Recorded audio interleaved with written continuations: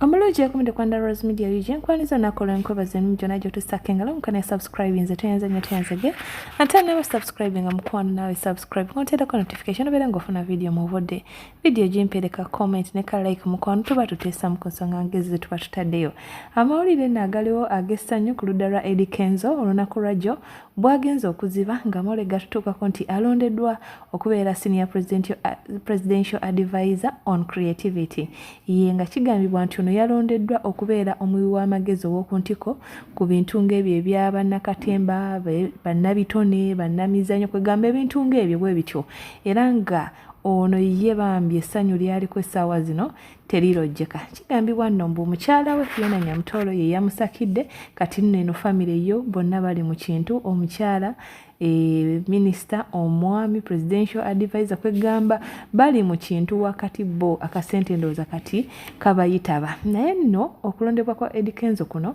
abantu bangi bakukubyemu ebituli era bangi bakwemulugunyizaako wabula nno si be bokka ababaddeyo mu State House kigambibwa nti olunaku lwajjo n'abayimbi nga Jose Chameleone, Alien Skin, Bebe Cool nabo babaddeyo era nga Alien Skin yapostinze ku mikitu gye n'agamba nti ebintu bye bateesezaako ne president singa bulijjo ebintu ng'ebyo bye bateesa singa music industry ya Uganda eri wala nnyo ate ne Bebe Cool naye yapostinze naye nga yeebaza President Museveni olw'okuba waakadde ne bamukyalirako ne babaako bye bateesaako kakati nno bannayuganda bavuddeyo ne beemulugunya okulaba nga Eddie Kenzo yaweebuddwa ekifo ekyo olw'ensonga mbu teyasoma bayogedde bingi era naawe ogenda kuba ng'obiraba era nga bano bakulembeddwamu Honorable eyagambye nti waakiri yandibadde afuna ekifo ekirala era anyumirwa nnyo Eddie Kenzo okubeera nga muyimbi naye okubeera president advisor tekitegeerekeka kubanga ebitabo ayina bitono ddala era nakakasa bannayuganda abayimbi nti mwena mwetegeke essaawa yonna bajja kubawa ogufu ogenda kubeera ng'olaba Honorable Kyoyo ne bannayuganda abalala abavuddeyo okwemulugunya ku nsonga eno kakati no ye Alien Skin Calvin Kayanja yavuddeyo n'amugamba nti munnange okugenda mu State House emisana ttuku n'ebifaananyi ne weekubya n'opostinga ogenda kyejjusa obulamu bwo bwonna n'amugamba nti okugenda okusisinkana President Museveni abantu tebakikola misana abantu bagendayo mu nkukutu ekiro nga tewali abalaba n'agamba n'abo bennyini abe yagenze nabo babebe kkulu bamubuule baba bakyalina ebivulu bye bayimba kuba wakyaliyo omuntu yenna abawa emirimu olw'ensonga nti baagenda ne basisinkana President Museveni yamugambye nti kino yakikoze naye agenda kyejjusa ogenda kuba ng'obiraba ngenda kuba mbikuteerayo olabe Calvin Kayanja bw'alabudde Alien Skin awamu ne bannayuganda bwe beemulugunyiza okulaba nga Eddie Kenzo yafunye ogufu ogwo wabula ffe tumwebaza era tumuyozaayoza nti congratulations Eddie Kenzo katukusabire emirimu ogikole bulungi nange kankuteere vidiyo zonna mukwano nga bwe zigenze naawe obeere ng'olabako mukama omulungi akunkumire eyeekumidde ku Underrose Media yo gye bayi nze natuuka wa president nangamba ofaaki lwaki oyonoona ensi yo mu kizibu ky'okuzimba abavubuka banno obabuulire baagale ensi yaabwe bagigatteko kati gwe ssebo oyimba nnyimba zibalaga nti mbi nanga okakasa Uganda mbi ne mugamba twakukoowa mu maaso g'abajeno abaali beetoolodde ku mmeeza eyo mu maaso ne mugamba twakukoowa naye sika bw'ati n'agamba mwankoowa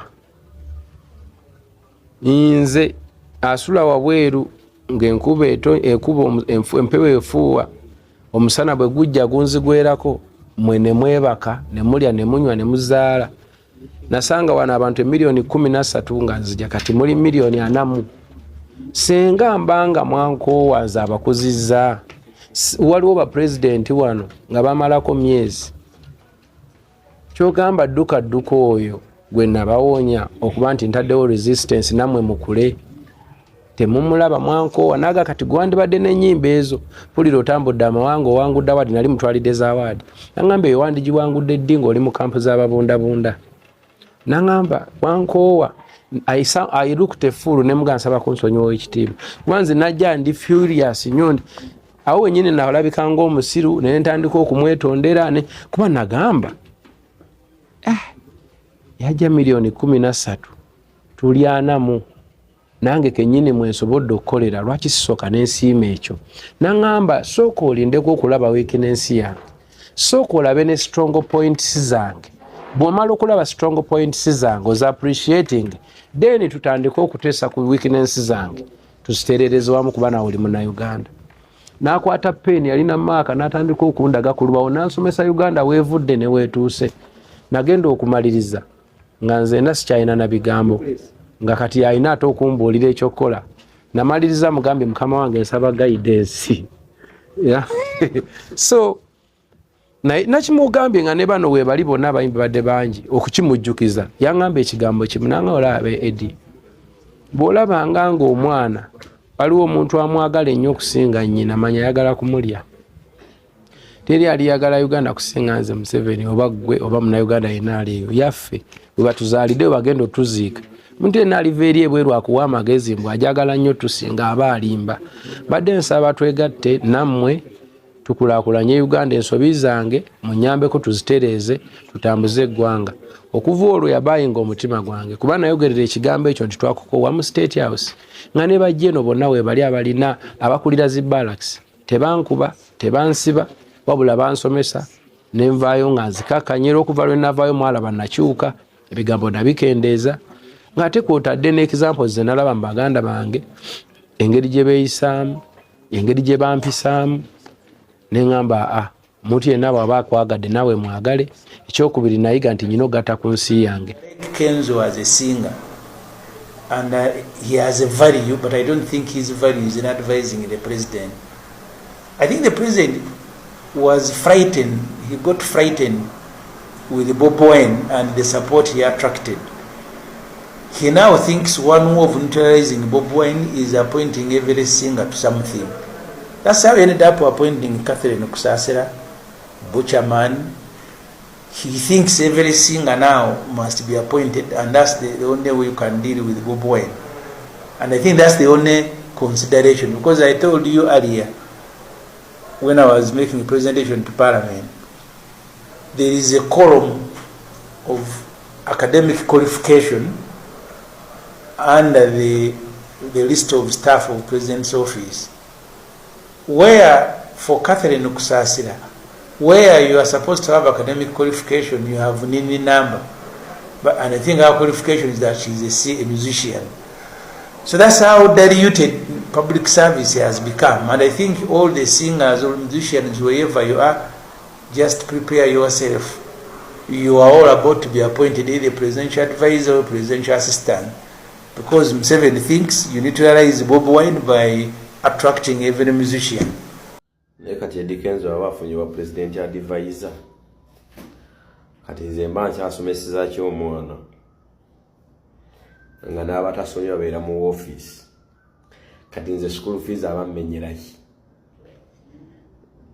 nga Senkubuge yasoma okusinga Kenzo akeera kuwoolera ku TV ya Bugingo ng'embwa eziri mu mulundugo kati nze nkyasomeseza ky'omwana nga Kenzo afunye owa president advisor kati Uganda musomeraki oyo atamanyi spelling alinnya lye eyayimba ya Born Africana music song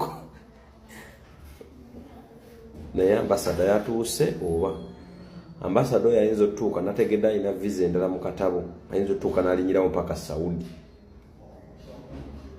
bangambye ayinza oviiramu e Kenya sayakutte ekifo kya presidential advisor simanyi ku byaki n'akiwa Eddie Kenzo ataasoma nako atalina yadde ettondo ly'amagezi nga n'ennyimba z'ayimba bamuwandiikira mpandiikire eyeewaako obujulizi nti yakoma mu P2 n'akwata ekifo kya presidential advisor n'akimuwa kano akakazi ke kaddako funo bwa advisor nze mbagambye bwakagenda okuzzako ku bwa advisor kano kaike mu using foot era kakawala abakalina mu kakwate bulungi kuba President Museveni kazaako ono president waffe takyaswala yadde n'akamu takyakola kintu kyonna kimuswaza ye kasala banga ekyo ekintu kye kigenda okumuyisaawo mu kaseera ako ye kyakola President Museveni alabanga obanga gwagenda okumuyisa mu kaseera akakazigizigi kaalimu akugamba n'omusaba buli kimu ky'oyagala kasita tosaba ntebe n'akikuwa naye kasomala okumusomosa akusamba n'ogweri oba tokyalina amakulu n'akusamba n'ogweri. Catherine Kusasira aliwa nga naye yaliwo. Buchamani aliwa nga yaliwo. Furufiga aliwa nga yaliwo. N'abantu alabe muzemulaba nga baaliwo. Nga bonna mission yawe kulwanyisani Bobi Wine. Naye omusajja akyaliwo. Kati bamulimbye nti bano boogenda okuleeta bolesa abasambi abapya bagenda okusobola Bobi Wine. Kenzo ogenze ku jirikiti. Oyinza okusanyukira obwa presidential advisor. Kubanga ogenda kufunamu okubaako oyogerera mu makaago. Kubanga okwagala minisita nga totuula wadde ku ofisi y'abapunta ettaka ku kyalo kikufuula usigalo mu maka. Kati Kenzo ogenda kukifunamu. Nti ogenda kufuna woyogerera omukazi naye akulabemuuko katiibwa mu maka. Nti naawe otuuka ewa boss. Oba olina office mo reporting. Naye kuwa obwa presidential advisor, President Museveni amaze okweyambulula. I tell you, when President Museveni bw'amala okukozesa bw'atyo bw'akola, abadde amulaba nga buli lwoba oyagadde olina kuyita mu protocol nti ofuuse presidential advisor. Abadde akuba essimu n'ogenda ne ku State House nga tolina appointment. Kati olina gy'o reportinga. Bw'atyo Museveni bw'akola. Ogenda kukiganyirwamu one. Nti kiina position gye kikuwadde mu bufumbo bwo etabaddeewo. Omukazi ng'akusinga ekitiibwa ne bw'oba ne ssente akukwasa ensawo. Nkubuulira zaayagala zadde ava mu ofiisi anti tobitegeera. Ninga Kenzo muganda wange ekyobwa presidential advisor okuleka okufuna ekitiibwa mu makaago n'okwenkanankana n'omukyala mu maka tekiina kye kikwongerako kubanga bonna ba presidential advisor bakaaba misana tukuwano kusaasira ennyumba bagitwala ekitegeeza tekiriimu ssente. Ekyokubiri, you lose favor wano mu Uganda. Nkubuulira ebibuuzo ogenda kutandika kwanukula bya gavumenti abayimbi naba advisinga Museveni mu mulabe kiro. Museveni nga ayagala okweyambulula kuwa bwa advisor na bukulu. Lwaki tabuwa Bebekulu? Bangaba Bebekulu yabugaana kubanga akimanyi nti Museveni bwe yeetikkula. Yoyo Museveni bwe wandibadde mugezi nga toyagala kukuuma makaago, Kenzo kino ekifo wandikitadde kubanga era omukazi teyakwagala lwabwa presidential advisor, yakwagala nga Kenzo bisigadde onaabigumira.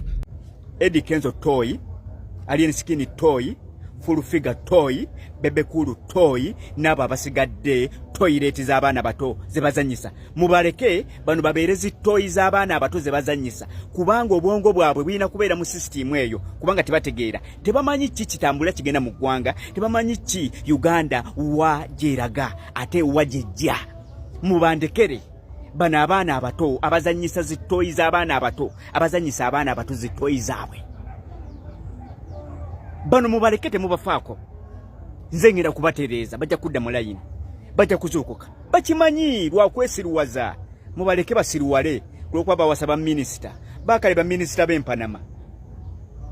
Eggwanga liri mu kuyuuga, abantu bali mu kufiira mu kasasiro, twala tugenda abantu bali mu down mwe ngenda batandika kumugenda kumpulira. Alien Skin ekyogenda mu State House emisana okulaba President Museveni ogenda kukyejjusa obulamu bwo bwonna. President Museveni takyalabwa misana era abafunyeemu n'abawangadde wano bamulaba kiro. Tokyayinza kubanga oyagala favor mu bantu n'osisinkana Museveni misana. Ne be wabadde nabo bakubuulire, Bebekulu oba Kamiliyoni bakubuulire. Tebakyayina booking oba local oba international. Nze nkubuulira obayinza mbagamba mazima. Toyinza kubanga oyina kyotunda wano, toyinza kubanga sente zo ziva mu batamidde bbiya n'osisinkana President Museveni obadde ogenda mu nkukutu ne biba byambu ye science wa wano. President Museveni atuusa akaseera abantu bamukooye. Nkubuulira kyovula tuperereza muteberereze akwate ente bagiwe mutabani we. era alien ogenda kulaba ebigenda okuddirira ge mazima gennyini teriyo yali asisinkanye President Museveni n'asurvivinga nabo bennyini be wabadde nabo